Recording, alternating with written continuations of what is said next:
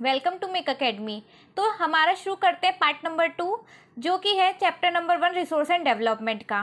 तो हमने यहाँ तक देख लिया था कि हम लैंड को यूटिलाइज कर सकते हैं इन फॉलोइंग पर्पस के लिए, जैसे कि फॉरेस्ट जो कि, और वो लैंड जो कि अवेलेबल नहीं है कल्टीवेशन के लिए, मतलब हम उस दर पे क्रॉप नहीं उगा सकते। इसलिए क्यों? क्योंकि वो या तो हो सकता है बैरन हो या वहाँ पे और अदर एक्टिविटीज़ हो जो कि एग्रीकल्चर की नहीं हो, जैसे कि रोड, बिल्डिंग्स है ना, फैक्ट्रीज, ये सब बनती है वहाँ पे। और कुछ लैंड्स ऐसे होते हैं उधर पे कल्टीवेट नहीं कर सकते। हाँ, उधर पे कल्टीवेट नहीं कर सकते, इसका मतलब ये नहीं कि वो ख़राब है ना, एक्सक्लूडिंग फैलो लैंड तो ख़राब नहीं है। वहाँ पे क्या होता है, चरवाहा चरवाते हैं है ना अपनी कैटल्स को, या वो क्रॉप जहाँ पे ट्री क्रॉप्स हों, है ना, ऐसा कल्टीवेशन हो जहाँ पे ट्री क्रॉप्स हों, या उसको छोड़ दिया हो ऐसे ही अच्छा होने के लिए जो 5 साल तक के लिए। तो कल्चरेबल वेस्ट लैंड हो, कल्चरेबल वेस्ट लैंड याद रखना, उसका टाइम पीरियड 5 एग्रीकल्चर ईयर्स तक होता है। फैलो लैंड्स देखे थे हमने जो कि होते करेंट फैलो, जो अभी छोड़ दिए गए हैं। इसमें क्या सिर्फ 1 साल के से कम ही के लिए छोड़ा गया है। और अदर करेंट फेलो भी होते हैं जो कि 1 से 5 साल के बीच तक के होते हैं, है ना। तो फेलो लैंड आपको समझ में आ रहा है, छोड़ दिया गया है। अब नेट सोन एरिया देखो, नेट सोन एरिया क्या होता है, एक या एक से ज़्यादा के लिए हम जितना जो बोते हैं, है ना, सीड्स को सोन करते हैं इन पर्टिकुलर ईयर, एक ईयर में, उससे क्या कहते हैं, नॉट नेट सोन एरिया कहते हैं। जितना एरिया को करते हैं, एक बार कर रहे हैं तो एक बार का एरिया काउंट होगा, फिर दूसरी बार भी कर रहे हैं तो दूसरी बार भी, है ना। अब देखिए land use pattern in India. देखो इंडिया में बहुत सारी फिजिकल बैरियर्स हैं, है ना। इंडिया में बहुत सारे फिजिकल पैटर्न्स हैं, बहुत अच्छी टॉपोग्राफी है इंडिया की। जैसे कि उधर पे हमारे इंडिया में प्लेन्स भी हैं, माउंटेन्स भी और प्लेट्यूज भी हैं, डेजर्ट्स हैं, कोस्टल एरियाज हैं। हमारे इंडिया का क्लाइमेट भी वेरी करता है। जहाँ पे हम देखें कि जो साउथ है, ओके, हम जहाँ पे देखें कि जो साउथ है वो वहाँ पे कोस्टल एरियाज हैं तो उधर का ह्यूमिड क्लाइमेट है ना, और कोल्ड क्लाइमेट है कहाँ पे, जब अगर हम माउंटेन्स की तरफ जाएं, ओके। और हमारी देखो हमारे इंडिया में बहुत सारी सॉइल टाइप्स भी है, जैसे ब्लैक सॉइल, एलुवियल सॉइल, ये सब सॉइल हम जब आगे आगे इसी चैप्टर को पढ़ेंगे तो हम सॉइल टाइप्स भी पढ़ेंगे, ठीक है। और ह्यूमन फैक्टर्स भी हैं कि मतलब जहाँ पे बहुत ज़्यादा पॉपुलेशन होती है, डेंसिटी है, ठीक है, वहाँ पे इतना ज़्यादा एग्रीकल्चर नहीं होगा, है ना। टेक्नोलॉजी कैपेबिलिटी है, अगर अच्छी टेक्नोलॉजी हुई तो एग्रीकल्चर अच्छे से बहुत बड़े लेवल पे हो सकता है। और कल्चरल ट्रेडिशन पे भी ये बेस होता है, ठीक है। तो हमें समझ में आया ना कि जो लैंड यूज पैटर्न है वो बहुत सारे फैक्टर्स पे डिपेंड करता है। तो अगर आपको क्वेश्चन आए कि ऐसे कौन से फैक्टर्स है जिसमें लैंड यूज पैटर्न डिपेंड करता है, तो आप लिख सकते हो कि topography, climate, soil type, as well as human factor, जैसे population, density, technology, capability, culture and tradition etcetera. देखो हमारे इंडिया में जो टोटल लैंड है वो 3.28 मिलियन स्क्वायर किलोमीटर का एरिया है ना। और ये सिर्फ हम इसमें से सिर्फ 93% एरिया ही यूज में ला सकते हैं, अवेलेबल है हमारे लिए। क्यों? क्योंकि सिवाय मतलब आसाम को छोड़ के, आसाम तो थोड़ा सा प्लेन है, बहुत सारे ऐसे एरिया जिसका एसेस हम नहीं कर सकते हैं, है ना, क्योंकि या तो उसकी टॉपोग्राफी बहुत डिफरेंट होगी, ओके। और कुछ एरिया जैसे जम्मू कश्मीर के एरिया, जैसे पाकिस्तान ने ऑक्यूपाई करके रखा है, चाइना ने ऑक्यूपाई करके रखा है, तो ऐसे वाले एरियाज, ओके। तो आपको समझ में आया। अब देखिए इस पाई चार्ट में बताया गया है, मतलब ये बोल रहे हैं कि जो पाई चार्ट है उसमें बताया गया कि कौन सा, मतलब कि अभी हमने देखा कि लैंड यूज को सेवरल पर्पसेस के लिए यूज कर सकते हैं लैंड को। तो देखिए यहाँ पे जो नेट सोन एरिया है वो सबसे हाई है, दैट इज 45.26।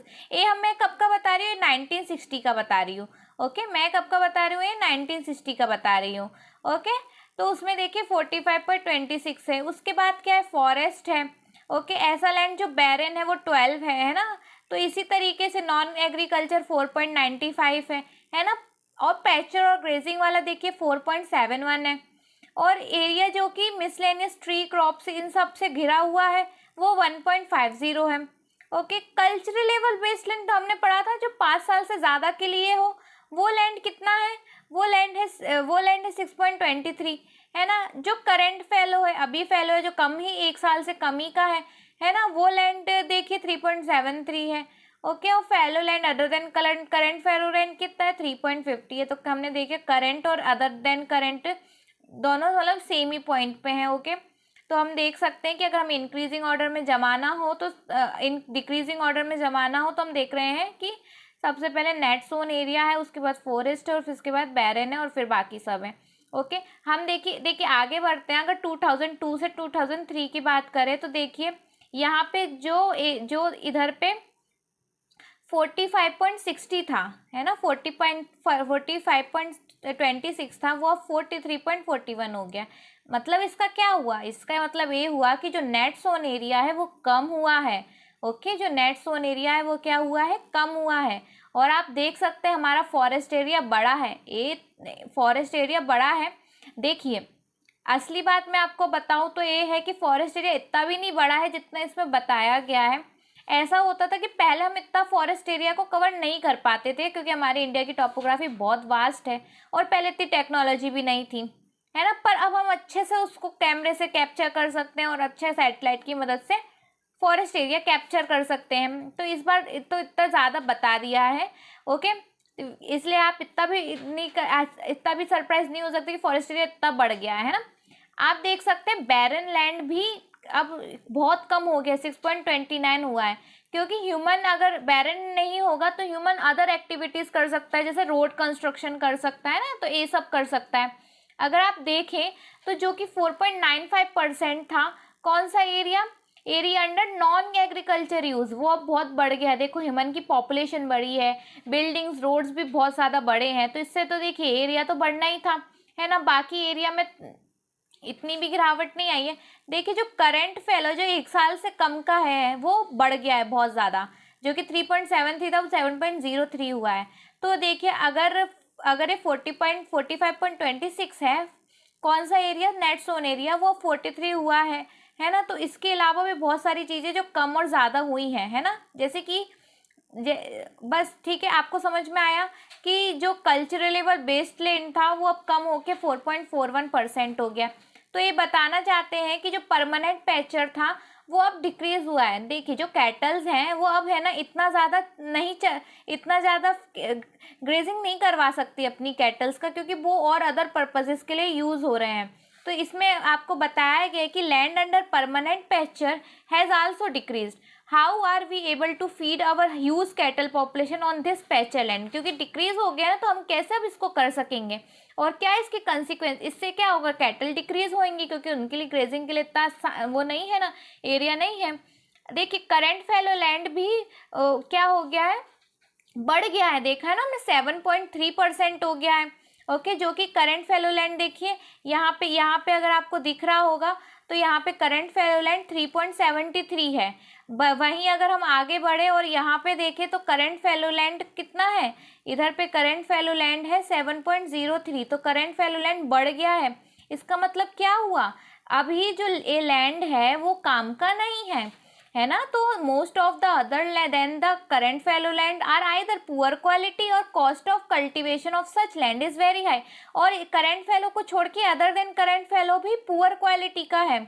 ओके, और उसमें जो कॉस्ट ऑफ कल्टीवेशन है उसकी बहुत हाई है। क्यों, क्योंकि अब वहाँ पे हो सकता है कि वाटर की अवेबिलिटी इतनी अच्छी नहीं हो, वो लैंड पूरी तरीके से नमक वाला सैलाइन हो चुका हो, तो अब उसको मेंटेन करना है तो उसकी कॉस्ट बहुत हाई होगी।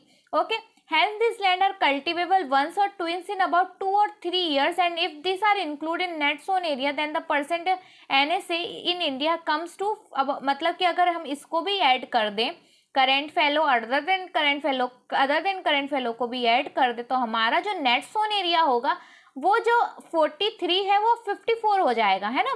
पर ऐसा नहीं है, क्योंकि ये इसकी कल्टीवेशन बहुत हाई होती है। The pattern of net sown area varies greatly from, देखिए net sown area one state से दूसरे स्टेट में जाके बदल जाता है, डिपेंड करता है कि टोपोग्राफी कैसी है ना, टोपोग्राफी पे डिपेंड करता है। इसमें ना आप अपने आंसर में एग्जांपल डाल सकते हो कि जो नेट सोन एरिया है वो स्टेट टू स्टेट कैसे बदलता है, तो आप इसे एग्जाम्पल के साथ समझा सकते हो कि जो 80% टोटल एरिया है पंजाब और हरियाणा का, वो क्या है, वो नेट सोन एरिया है। उसी तरफ अगर हम दूसरी तरफ देखें तो अरुणाचल, मिजोरम, मणिपुर, अंडमान निकोबार, यहाँ पे क्या है, बहुत ज़्यादा बारिश होती है, वहाँ पे बहुत ज़्यादा जंगल है, उधर की टॉपोग्राफी भी हिली टाइप है, तो सिर्फ 10% एरिया है जो कि कल्टीवेशन में आता है। ठीक है, तो लो प्रपोर्शन का मैंने आपको रीज़न बता दिया है, क्योंकि जो हरियाणा पंजाब वाले रीज़न हैं वो हमें पता है कि पंजाब से 5 रिवर्स जाती हैं।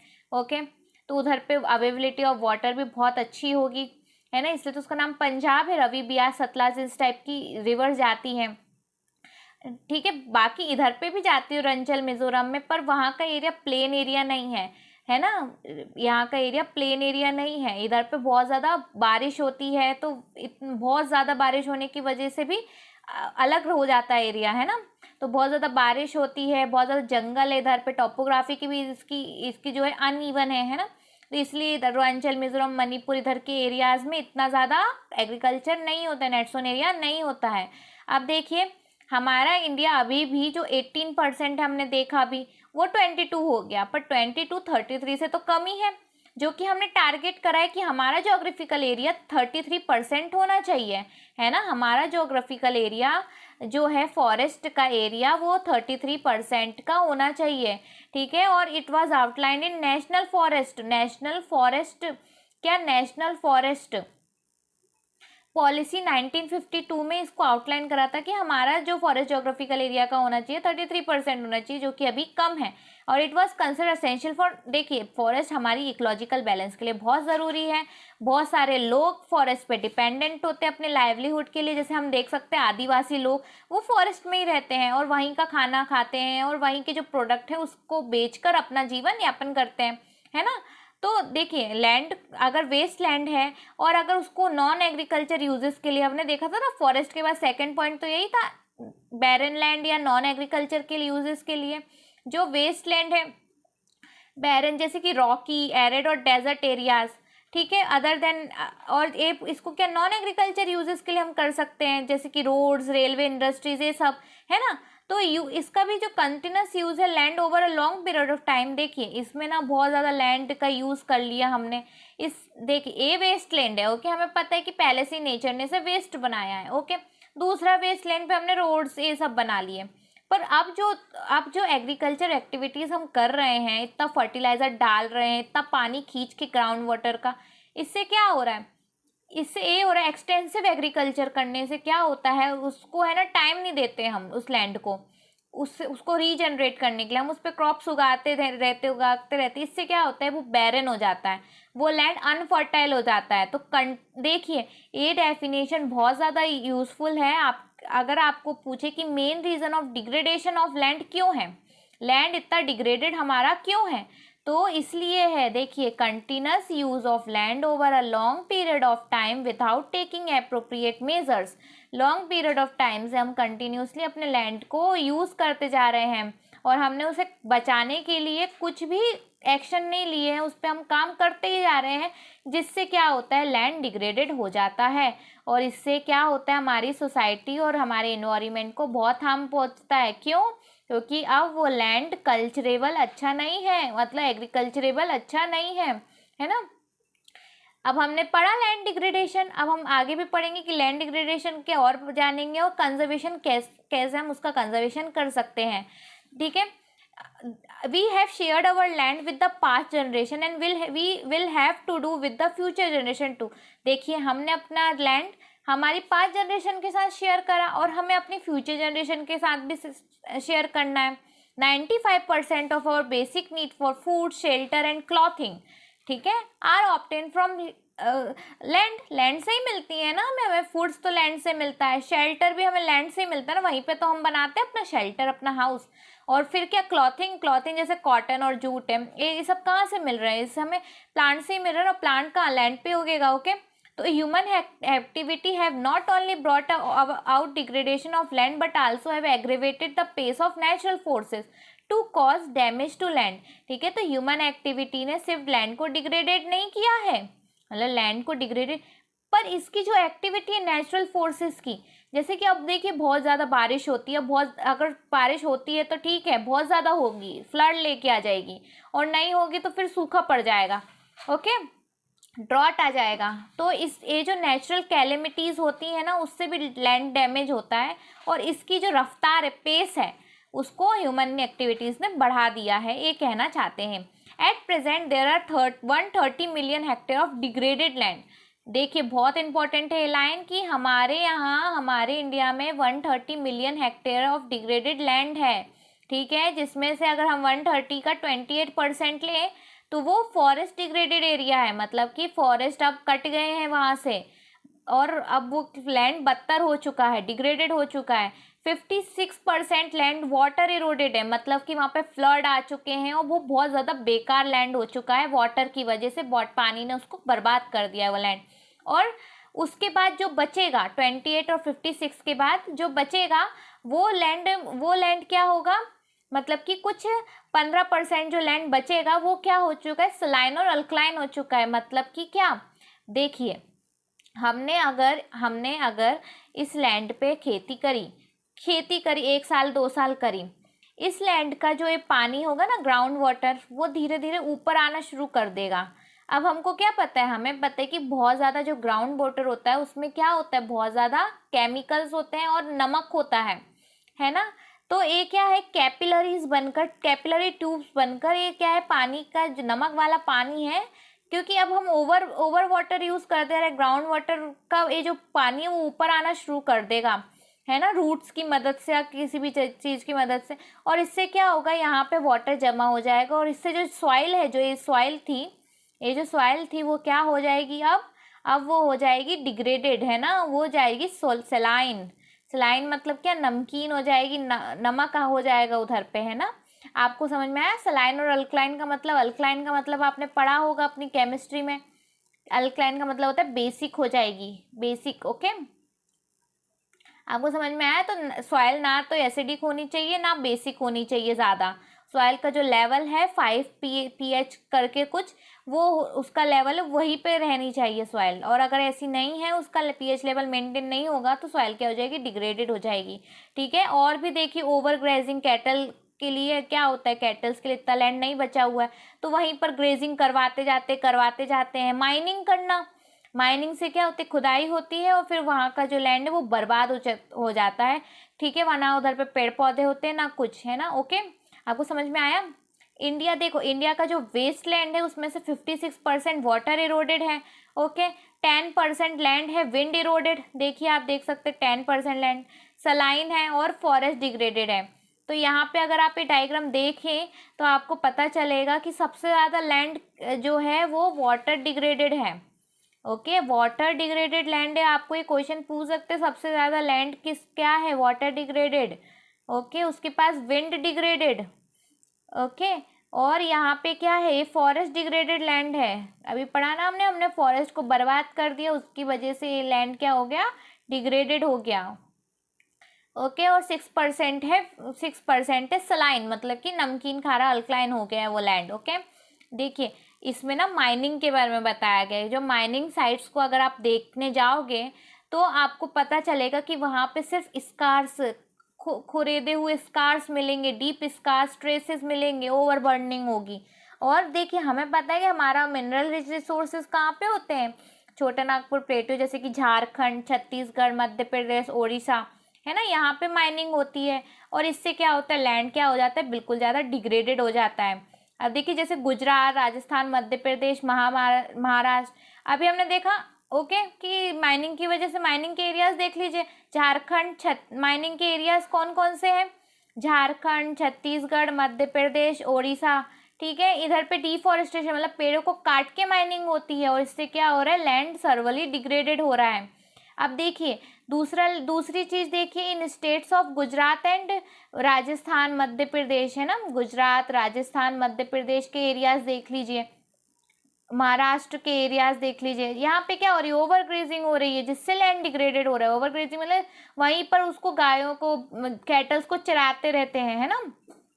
ओके, अब देखिए पंजाब हरियाणा में सबसे ज़्यादा खेती होती है, उत्तर प्रदेश में सबसे ज़्यादा खेती होती है, वेस्टर्न उत्तर प्रदेश ध्यान रखिए, है ना। तो अगर ये उत्तर प्रदेश है तो यहाँ का ये जो वेस्टर्न एरिया है वहाँ की बात हो रही है। यहाँ पे बहुत ज़्यादा सिंचाई होती है, ओवर इरिगेशन होता है। सिंचाई मतलब क्या, पानी से मतलब रेन होती है तो ठीक है, रेन के अलावा जब जो पानी हम देते हैं क्रॉप्स को, उसे इरिगेशन कहते हैं। और ये इससे क्या हो रहा है, मैंने आपको अभी बताया कि पानी नीचे से आता है और इससे क्या होता है, बहुत ज़्यादा एक्स्ट्रा इरिगेशन करने से पानी जो सॉइल है वो सलाइन हो जाती है, खारी हो जाती है। ओके, देखिए तो land degradation due to water logging, पानी क्या होता है, लॉग हो जाता है। देखिए कभी कभी आपने भी देखा, अगर हम किसी गमले में बहुत ज़्यादा पानी देते तो पूरा पानी ऊपर ही रह जाता है, इससे क्या होता है, वाटर लॉगिंग हो जाती है और ये अच्छा नहीं होता है क्रॉप्स के लिए, और इससे सैलिनिटी इंक्रीज होती है। तो आपको क्वेश्चन पूछ सकते हैं कि सैलिनिटी इंक्रीज होने का क्या कारण है। तो पंजाब, हरियाणा, उत्तर प्रदेश में रीजन में खासकर ओवर इरिगेशन होती है, और ओवर इरिगेशन लैंड को क्या कर देती है, वाटर लॉक कर देती है, और इससे इंक्रीज हो जाती है सैलिनिटी, ओके, और अल्कनिटी।